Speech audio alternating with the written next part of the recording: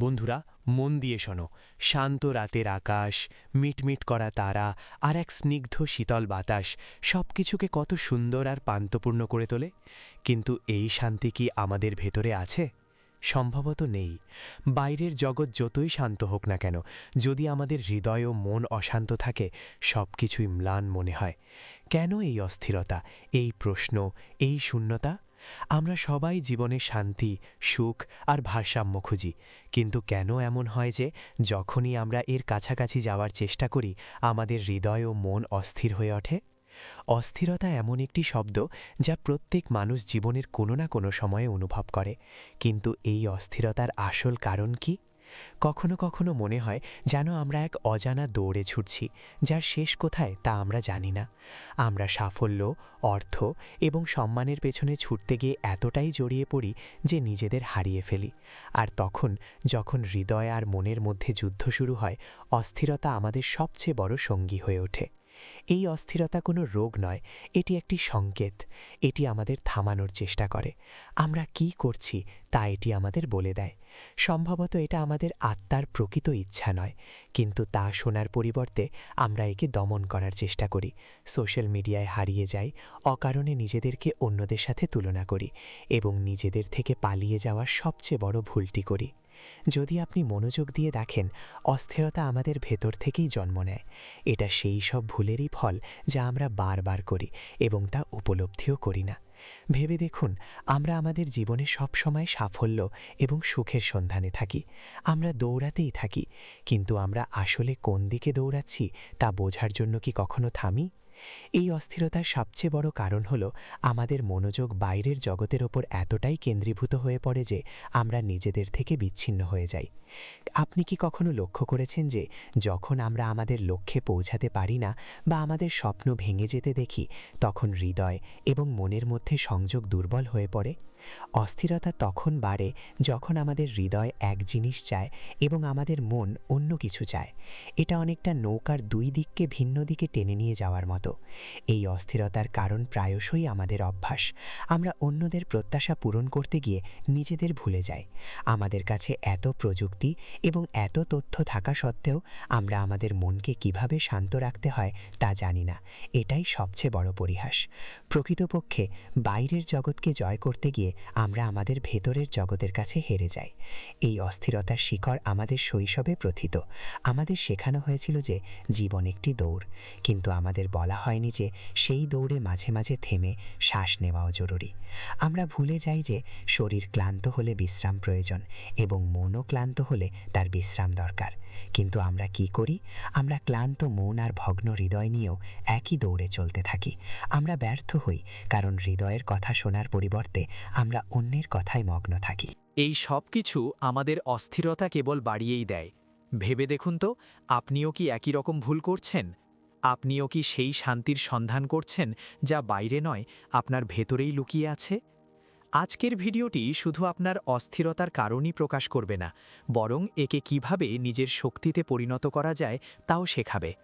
এরপর আমরা শিখব কিভাবে অস্থিরতাকে শান্তিতে রূপান্তরিত করা যায়, কিভাবে হৃদয় ও মনের মধ্যে সামঞ্জস্য স্থাপন করা যায় এবং কিভাবে সেই হারানো শান্তি আবার খুঁজে পাওয়া যায়। এই ভিডিওটি আপনার জীবন বদলে দিতে পারে, তাই এটি শেষ পর্যন্ত দেখুন। এক মুহূর্তের জন্য থামুন, চোখ বন্ধ করুন এবং আপনার হৃদস্পন্দন বাড়তে অনুভব করুন। হাজারো চিন্তা আপনার মনের মধ্যে ঘুরপাক খাচ্ছে। সবকিছুকে একটি গোলক ধাঁধার মতো মনে হচ্ছে, যেন প্রতিটি প্রশ্নের উত্তর হারিয়ে গেছে। কিন্তু আপনি কি কখনো ভেবে দেখেছেন এই অস্থিরতার পেছনের আসল কারণ কি? কেন আমরা আমাদের হৃদয় ও মনকে শান্ত রাখতে পারি না? গল্প শুরু হচ্ছে। যে মুহূর্ত থেকে আমাদের অস্থিরতা প্রথম জেগে ওঠে, আমরা নিজেদেরকে এক অন্তহীন দৌড়ের মধ্যে খুঁজে পাই। প্রতিটি দিন একটি নতুন লক্ষ্য, একটি নতুন স্বপ্ন নিয়ে আসে, এবং এই স্বপ্নগুলোর মাঝে আমরা নিজেদের সবচেয়ে গুরুত্বপূর্ণ অংশটিকে ভুলে যাই, নিজেদেরকেই। অস্থিরতা ঠিক সেখান থেকেই শুরু হয়। একদা এক কৃষক তার জমিতে কাজ করছিলেন। তিনি দিন-রাত পরিশ্রম করতেন, কিন্তু তার ফসল নষ্ট হয়ে যাচ্ছিল। তিনি অস্থির ও চিন্তিত ছিলেন। একদিন তিনি তার গ্রামের মুরব্বিকে জিজ্ঞাসা করলেন, "বাবা, আমি এত কঠোর পরিশ্রম করি, তবুও কেন ফল আমার পক্ষে আসে না?" বাবা হেসে বললেন, তুমি কি কখনো ভেবে দেখেছ যে তোমার মাটিরও বিশ্রাম এবং পুষ্টি প্রয়োজন? কৃষকটি বুঝতে পারলেন। একইভাবে আমাদের হৃদয় এবং মন মাটির মতো। যদি আমরা ক্রমাগত এর ওপর চাপ সৃষ্টি করি, তবে এটিও ক্লান্ত হয়ে পড়বে। প্রথম পদক্ষেপ হলো আপনার হৃদয় এবং মনকে তাদের প্রয়োজনীয় বিশ্রাম দেওয়া। অস্থিরতা দূর করার সবচেয়ে সহজ উপায় হলো বিরতি নেওয়া। বিরতি মানে থেমে যাওয়া নয়, বরং আপনার মনকে কিছুটা সময় দেওয়া। প্রায়শই আমরা আমাদের আবেগগুলোকে উপেক্ষা করি এবং দমন করি। কিন্তু মনে রাখবেন, দমন করা আবেগ একদিন আগ্নেয়গিরির মতো বিস্ফোরিত হতে পারে। যখনই আপনি অস্থির বোধ করেন, একটি শান্ত মুহূর্ত নিন। এক জায়গায় বসুন, চোখ বন্ধ করুন এবং একটি গভীর শ্বাস নিন। এই প্রক্রিয়াটি সহজ নয়। এটি আপনাকে নিজের ভেতরে তাকানোর সুযোগ দেয়। এই সময়েই আপনি আপনার হৃদয়ের কথা শুনতে পারেন। এক্ষেত্রে ধ্যানই সেরা উপায়। এবং ধ্যান শুধু একটি কৌশল নয়, এটি আপনার ভেতরের কোলাহলকে শান্ত করার একটি উপায়। আরেকটি উপায় হলো নিজেকে বোঝা। যখন আমরা নিজেদের এবং আমাদের পরিস্থিতিকে বুঝতে অস্বীকার করি, তখনই উদ্বেগের সৃষ্টি হয়। আপনি হয়তো লক্ষ্য করেছেন যে যখন একটি শিশু কাঁদে, তার মা প্রথমে বোঝার চেষ্টা করেন সে কেন কাঁদছে, সে কি ক্ষুধার্ত নাকি ব্যথায় আছে। একইভাবে আমাদের নিজেদের উদ্বেগের কারণ বুঝতে হবে। একবার একজন ছাত্র তার পড়াশোনা নিয়ে অত্যন্ত চিন্তিত ছিল। সে ঘন্টার পর ঘন্টা পড়াশোনা করত, কিন্তু পরীক্ষার সময় এলে তার মন একেবারে ফাঁকা হয়ে যেত। একদিন তার শিক্ষক তাকে বললেন যে তার মনের এই উদ্বেগের কারণ হলো সে কেবল ফলাফলের কথা ভাবছে। আপনি যদি যাত্রাপথটি উপভোগ করেন, তবে ফলাফল আপনা আপনিই ভালো হবে। এটি একটি দারুণ শিক্ষা। যখন আমরা কেবল ফলাফলের ওপর মনোযোগ দিই এবং প্রক্রিয়াটি ভুলে যাই, তখনই উদ্বেগের সৃষ্টি হয়। এবার আমাদের চিন্তাভাবনা নিয়ে কথা বলা যাক। পরিবর্তনের অস্থিরতা কাটানোর একটি উপায় হলো আপনার চিন্তাভাবনাকে নতুনভাবে সাজানো। যখনই আপনার মনে কোনো নেতিবাচক চিন্তা আসে, সঙ্গে সঙ্গে তা শনাক্ত করুন এবং তার জায়গায় একটি ইতিবাচক চিন্তা আনুন। উদাহরণস্বরূপ, যদি আপনার মন বলে আমি এটা করতে পারবো না, তাহলে উত্তর দিন আমি এটা করার চেষ্টা করব। এই পরিবর্তনটি ছোট মনে হতে পারে, কিন্তু এর প্রভাব বিশাল। আরেকটি গুরুত্বপূর্ণ পদক্ষেপ হলো, যখন আপনার হৃদয়ে ও মনে অনেক দ্বিধাদ্বন্দ্ব তৈরি হয়, তখন তা লিখে ফেলা। আপনার কোনো উদ্বেগ থাকলে তা কাগজে লিখে ফেলুন। এটি শুধু একটি সহজ সমাধানই নয়, এটি আপনার মনকে হালকা করার একটি দারুণ উপায়। লেখা আপনাকে আপনার অনুভূতিগুলো আরও ভালোভাবে বুঝতে সাহায্য করে। এবং সবচেয়ে গুরুত্বপূর্ণ হল, নিজেকে ক্ষমা করতে শিখুন। প্রায়শই আমরা আমাদের ভুলগুলো নিয়ে এতটাই অনমনীয় হয়ে পড়ি যে সেগুলোই উদ্বেগের সবচেয়ে বড় কারণ হয়ে দাঁড়ায়। যদি আপনি কোনো ভুল করে থাকেন, তবে তা স্বীকার করুন, তা থেকে শিখুন এবং এগিয়ে যান। সবশেষে, প্রকৃতির সাথে সংযোগ স্থাপনের গুরুত্ব বুঝুন। যদি আপনার মন ও হৃদয় অস্থির থাকে, তবে কিছুক্ষণের জন্য আপনার কাজ এবং দুশ্চিন্তা থেকে দূরে সরে গিয়ে প্রকৃতির কাছে যান। গাছপালা দেখুন, পাখির গান শুনুন। এটি একটি জাদুকরী পদ্ধতি, যা ধীরে ধীরে আপনার অস্থিরতা কমিয়ে দেয়। এটা মনে রাখা জরুরি যে অস্থিরতা আমাদের জীবনেরই একটি অংশ। এটিকে পুরোপুরি দূর করা যায় না, তবে এটিকে নিয়ন্ত্রণ করা আমাদের হাতেই রয়েছে। আপনি যদি এই সহজ এবং বাস্তবসম্মত পদ্ধতিগুলো গ্রহণ করেন, তবে তা আপনার জীবনকে বদলে দিতে পারে।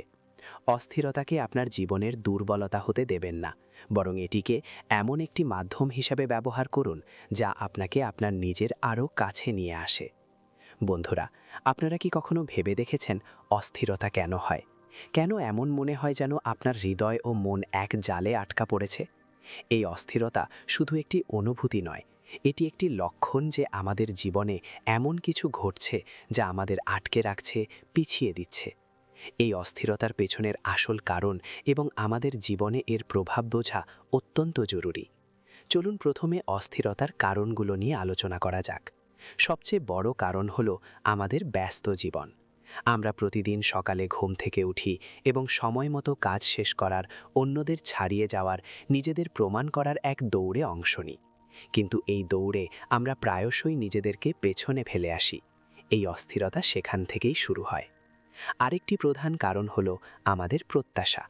আমরা নিজেদের, অন্যদের এবং এই পৃথিবীর জন্য এত বেশি আশা তৈরি করি যে যখন সেগুলো পূরণ হয় না, তখন আমাদের হৃদয় ও মন উভয়ই বিচলিত হয়ে পড়ে।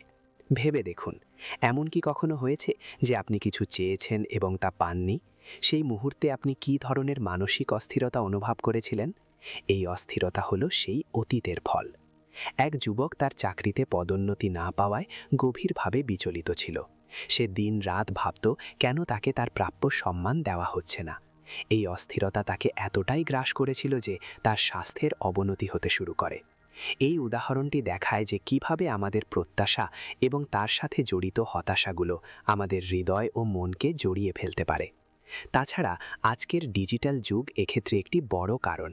সোশ্যাল মিডিয়ায় অন্যদের জীবন দেখে আমরা প্রায়শই নিজেদের জীবন নিয়ে অসন্তুষ্ট বোধ করি। ওদের এটা আছে, আমার কেন নেই? এই তুলনার অনুভূতি উদ্বেগের একটি প্রধান কারণ হয়ে দাঁড়ায়। এবারের প্রভাবগুলো নিয়ে আলোচনা করা যাক। যখন হৃদয় ও মন অস্থির থাকে তখন এর প্রথম প্রভাব পড়ে আমাদের স্বাস্থ্যের উপর। আপনি ভালোভাবে ঘুমাতে পারেন না, আপনার ক্ষুধা কমে যায়, অথবা কখনো কখনো আপনি অতিরিক্ত খাওয়া শুরু করেন। একবার এক মহিলা তার উদ্বেগের কারণে এতটাই ওজন বাড়িয়ে ফেলেছিলেন যে তিনি আয়নায় নিজেকে চিনতে পারছিলেন না। এটি দেখায় যে উদ্বেগ আমাদের কেবল মানসিকভাবেই নয়, শারীরিকভাবেও প্রভাবিত করে। এটি আমাদের সম্পর্কের ওপরও প্রভাব ফেলে। যখন আমাদের মন শান্তিতে থাকে না, তখন আমরা আমাদের পরিবার, বন্ধু এবং প্রিয়জনদের থেকে নিজেদের দূরে সরিয়ে নিই। ছোট ছোট বিষয় আমাদের খিটখিটে করে তুলতে পারে এবং আমরা যাদের সবচেয়ে বেশি ভালোবাসি তাদের সাথেই ঝগড়া শুরু করে দিই। যখন আমাদের মন অস্থির থাকে তখন এর সবচেয়ে বিপজ্জনক প্রভাব পড়ে আমাদের সিদ্ধান্ত গ্রহণের ক্ষমতার উপর। এমনটা হলে আমরা ঠিক ও ভুলের মধ্যে পার্থক্য করতে পারি না। আমরা প্রায়শই এমন সিদ্ধান্ত নিই যার জন্য পরে আমাদের আরও বেশি অনুশোচনা করতে হয়। কিন্তু এর মানে এই নয় যে এই অস্থিরতা দূর করা যায় না। প্রথম পদক্ষেপ হল এভাবেই আমরা এর কারণগুলো শনাক্ত করি। যখন আপনি আপনার অস্থিরতার আসল কারণ বুঝতে পারবেন, কেবল তখনই আপনি এর সমাধান করতে পারবেন। আরেকটি বিষয় আমাদের বুঝতে হবে যে অস্থিরতা কখনো কখনো প্রয়োজনীয়। এটি আমাদের বলে দেয় যে আমাদের জীবনে কিছু পরিবর্তন প্রয়োজন। এটি একটি ইঙ্গিত যে আমাদের থেমে ভাবা উচিত আমরা কোথায় যাচ্ছি এবং কি করছি। অস্থিরতা বোঝার সবচেয়ে ভালো উপায় হল নিজেকে এই ধরনের প্রশ্ন করা: আমি কেন বিচলিত? এই সমস্যাটি কি সত্যিই এত বড়? আমি কি এর সমাধান করতে পারব? যখন আপনি এই প্রশ্নগুলোর উত্তর খুঁজে পাবেন, তখন দেখবেন আপনার অস্থিরতা ধীরে ধীরে কমে আসছে। এর আরেকটি চমৎকার উদাহরণ হল গৌতম বুদ্ধের জীবন। যখন তিনি রাজা ছিলেন তখন তার সবকিছুই ছিল: সম্পদ, পরিবার, সম্মান, কিন্তু তবুও তার হৃদয় ও মন ছিল অস্থির। তিনি তার অস্থিরতার কারণ খুঁজে বের করার জন্য সবকিছু ত্যাগ করেছিলেন। এটি দেখার যে অস্থিরতা আমাদের ভেতর থেকে পরিবর্তিত হওয়ার সুযোগ করে দেয়। তাই অস্থিরতাকে সমস্যা হিসেবে দেখবেন না, এটিকে একটি চিহ্ন হিসেবে বিবেচনা করুন যা আপনাকে থামতে এবং আপনার জীবনকে নতুন করে দেখার জন্য উৎসাহিত করে। যখন আপনি এই দৃষ্টিকোণ থেকে বিষয়টি দেখবেন, তখন আপনি বুঝতে পারবেন যে অস্থিরতা আপনাকে দুর্বল করছে না, বরং শক্তিশালী করছে। যখন আমাদের হৃদয় ও মন অস্থির থাকে তখন আমাদের কি করা উচিত? এই প্রশ্নটি কখনো কখনো প্রত্যেকের মনেই আসে। সেই সময় আমরা কোনোভাবে আমাদের মনোযোগ অন্য কিছুতে সরানোর চেষ্টা করি, কিন্তু অস্থিরতা প্রায়শই কমে না। আমরা নিজেদের কাছ থেকে দৌড়ে পালাই, লুকিয়ে থাকি, কিন্তু এই অভ্যন্তরীণ অস্থিরতা শান্ত হয় না। এই সময়ে আমাদের কি করা উচিত?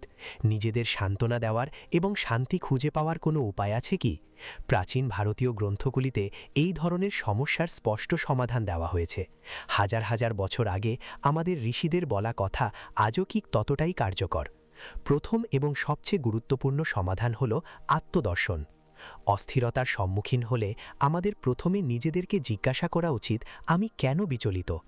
এই অস্থিরতা কি সত্যি আমার, নাকি অন্য কারোর প্রভাব? এই ধরনের আত্মপর্যালোচনা আমাদের অন্তরের সাথে সংযোগ স্থাপন করতে সাহায্য করে।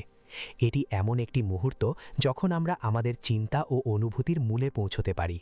ভগবান রামের জীবন থেকে আত্মপর্যালোচনার একটি উদাহরণ নেওয়া যেতে পারে। যখন রাম নির্বাসনে ছিলেন তিনিও বিচলিত হয়েছিলেন, কিন্তু তিনি আত্মপর্যালোচনার মাধ্যমে তার অস্থিরতা বুঝতে পেরেছিলেন এবং নিজের কর্তব্য উপলব্ধি করেছিলেন। এটি আমাদের শেখায় যে যা আমাদের বিচলিত করছে তা আমাদের আত্মার পক্ষ থেকে একটি সংকেত হতে পারে যে আমাদের জীবনের গতিপথ সংশোধন করার প্রয়োজন। এরপর আসে ধ্যান, যা আমরা ধ্যানে বসে বা গভীর শ্বাস প্রশ্বাসের মাধ্যমে অনুশীলন করতে পারি। প্রাচীন ভারতীয় জ্ঞানে ধ্যানকে সবচেয়ে শক্তিশালী হাতিয়ার হিসেবে বিবেচনা করা হয়। যখন আমাদের মন অস্থির থাকে তখন তা আত্মার ভারসাম্যহীনতার প্রতীক। ধ্যান হল আমাদের ভেতরের গভীর শক্তিকে নিয়ন্ত্রণ করার একটি উপায়। শান্তি কেবল তখনই অনুভব করা যায় যখন আমরা আমাদের অন্তরের সাথে সংযোগ স্থাপন করি, এবং ধ্যান এটি করার একটি চমৎকার উপায়। আধ্যাত্মিক দৃষ্টিকোণ থেকে ধ্যান আমাদের মন ও শরীরকে সংযুক্ত করে, যা আমাদের নিজেদেরকে স্থির করতে সাহায্য করে। এটি এক ধরনের অভ্যন্তরীণ শান্তি যা ধীরে ধীরে আমাদের অস্থিরতা দূর করে। উদাহরণস্বরূপ, অরুণাচলে ধ্যানরত যোগীরা এতে মনোসংযোগ করতে পারেন। তিনি এতটাই শান্তিতে পরিপূর্ণ হয়েছিলেন যে তিনি সব ধরনের দুশ্চিন্তা থেকে মুক্ত হয়ে গিয়েছিলেন। তার এই ধ্যানই তাকে শান্তি দিয়েছিল। তিনি আমাদের জীবনের উদ্দেশ্য ও সঠিক পথ অনুসরণ করতে অনুপ্রাণিত করতেন। এবার আরেকটি গুরুত্বপূর্ণ প্রতিকার নিয়ে কথা বলা যাক: গভীর শ্বাস-প্রশ্বাস। যখন আমাদের মন খুব চঞ্চল থাকে তখন আমাদের শ্বাস-প্রশ্বাসও দ্রুত হয়ে যায়। গভীর শ্বাস নেওয়া এবং তা নিয়ন্ত্রণ করা এমন একটি পদ্ধতি যা আমাদের তাৎক্ষণিক শান্তির অনুভূতি দেয়। যখন আমরা ধীরে ও গভীরভাবে শ্বাস নিই তখন আমাদের মনোযোগ শরীরের গভীরে চলে যায় এবং আমরা এক শীতল অনুভূতি লাভ করি। ধ্যান ও আত্মসমীক্ষার অনুশীলনের মাধ্যমে একটি ভারসাম্যপূর্ণ অবস্থা অর্জন করা যায়। এই ধ্যান ও আত্মসমীক্ষার অনুশীলন কেবল আমাদের শান্তিই এনে দেয় না, বরং আমাদের মানসিক অবস্থাকেও স্থিতিশীল করে। একবার আমরা নিজেদের শান্ত করতে পারলে আমরা দেখতে পাই যে সেই অস্থিরতা বাইরের জগৎ থেকে নয়, বরং ভেতর থেকে আসছে। আমরা উপলব্ধি করি যে এটি কেবলই একটি মানসিক অবস্থা, যা অস্থায়ী এবং যার কোনো স্থায়ী প্রভাব নেই। স্বামী বিবেকানন্দের জীবন এর একটি অনুপ্রেরণামূলক উদাহরণ। তিনিও তার জীবনে অনেক মানসিক ও শারীরিক কষ্টের সম্মুখীন হয়েছিলেন, কিন্তু ধ্যান ও আত্মসমীক্ষার মাধ্যমে তিনি কেবল নিজেকেই শান্ত করেননি, বরং এমন একটি পথ অনুসরণ করার শক্তিও খুঁজে পেয়েছিলেন যা কেবল তাকেই নয়, সমগ্র সমাজকেও পথ দেখায়। স্বামী বিবেকানন্দের কথা ছিল, উত্তিষ্ঠত জাগ্রত প্রাপ্ত বরান্নিবোধ, অর্থাৎ ওঠো, জাগো এবং লক্ষ্যে না পৌঁছানো পর্যন্ত থামবে না। আত্মসমীক্ষা ও ধ্যানের উদ্দেশ্য এটাই, নিজের ভেতরের শক্তিকে চেনা এবং তাকে সঠিক পথে ব্যবহার করা। যখনই আপনার হৃদয় ও মন অস্থির হয়ে ওঠে, জীবনে শান্তি ও ভারসাম্য খুঁজে পেতে এই উপায়গুলো অবলম্বন করুন। প্রাচীন ভারতীয় জ্ঞান আমাদের এটাই শিখিয়েছে, নিজেকে জানো, নিজের অন্তরের কথা শোনো এবং ধ্যান করো। এই প্রক্রিয়ার মাধ্যমে আপনার জীবনের গতিপথ সংশোধন করুন। এটি কেবল আপনার অস্থিরতাই দূর করবে না, বরং নিজেকে আরও ভালোভাবে বুঝতেও সাহায্য করবে। পরিশেষে, জীবনের প্রতিটি মুহূর্তে শান্তি ও ভারসাম্য আমাদের ভেতরের শক্তির ওপর নির্ভর করে, এবং সেই শক্তি পাওয়া যায় প্রাচীন ভারতীয় প্রজ্ঞা, আত্মদর্শন ও ধ্যানের মাধ্যমে। এখন যখন আপনার হৃদয় ও মন অস্থির হয়ে ওঠে, তখন বুঝবেন যে এটি একটি স্বাভাবিক প্রক্রিয়া। প্রত্যেকেই এমন মুহূর্তের সম্মুখীন হয় যখন তারা বিভ্রান্ত বোধ করে, কিন্তু মনে রাখবেন যে এটি কেবল একটি অস্থায়ী অবস্থা। যখনই এমন হয়, একটি গভীর শ্বাস নিন, নিজেকে সময় দিন এবং শান্তভাবে আপনার চিন্তাভাবনা গুছিয়ে নিন। সর্বদা মনে রাখবেন যে অস্থিরতা আমাদের পরিস্থিতি থেকে মুক্ত হওয়ার সুযোগ এবং আমাদের শক্তিকে চেনার সুযোগ করে দেয়। যেই মুহূর্তে আমরা নিজেদের একটু শান্ত করি, আমাদের চিন্তাভাবনা আরও স্পষ্ট হয়ে ওঠে এবং আমরা বুঝতে পারি যে আমাদের ভেতরে এক অসাধারণ শক্তি রয়েছে যা আমাদের যে কোনো অসুবিধা কাটিয়ে উঠতে সাহায্য করতে পারে। এখন যদি আপনার এই ভিডিওটি ভালো লেগে থাকে, তবে তা দেখে আমরা আনন্দিত হব। আপনিও যদি একটি সুখী ও শান্তিপূর্ণ জীবন চান, তবে অবশ্যই আমাদের চ্যানেলটি সাবস্ক্রাইব করুন। আমরা আপনার জন্য অনুপ্রেরণামূলক ভিডিও নিয়ে সর্বদা এখানে আছি। এমন অনেক কিছুই আছে যা আপনার জীবনকে আরও ভালো করে তুলতে পারে। এটি কেবল একটি ছোট পদক্ষেপ। আপনিও যদি আমাদের এই যাত্রার অংশীদার হন, তবে আমরা আপনার জীবনকে আরও উন্নত করার জন্য গভীর চিন্তাভাবনা, আদর্শ এবং সমাধান প্রদান করব। তাই আপনিও যদি চান যে আপনার পরবর্তী পদক্ষেপটি আপনার জীবনকে শান্তি ও সাফল্যের দিকে নিয়ে যাক, তবে চ্যানেলটি সাবস্ক্রাইব করুন এবং আমাদের সাথে এই যাত্রায় পা রাখুন। ধন্যবাদ, এবং মনে রাখবেন, জীবনে কিছুই অসম্ভব নয়। আপনাকে শুধু সঠিক পথে একটি পদক্ষেপ নিতে হবে।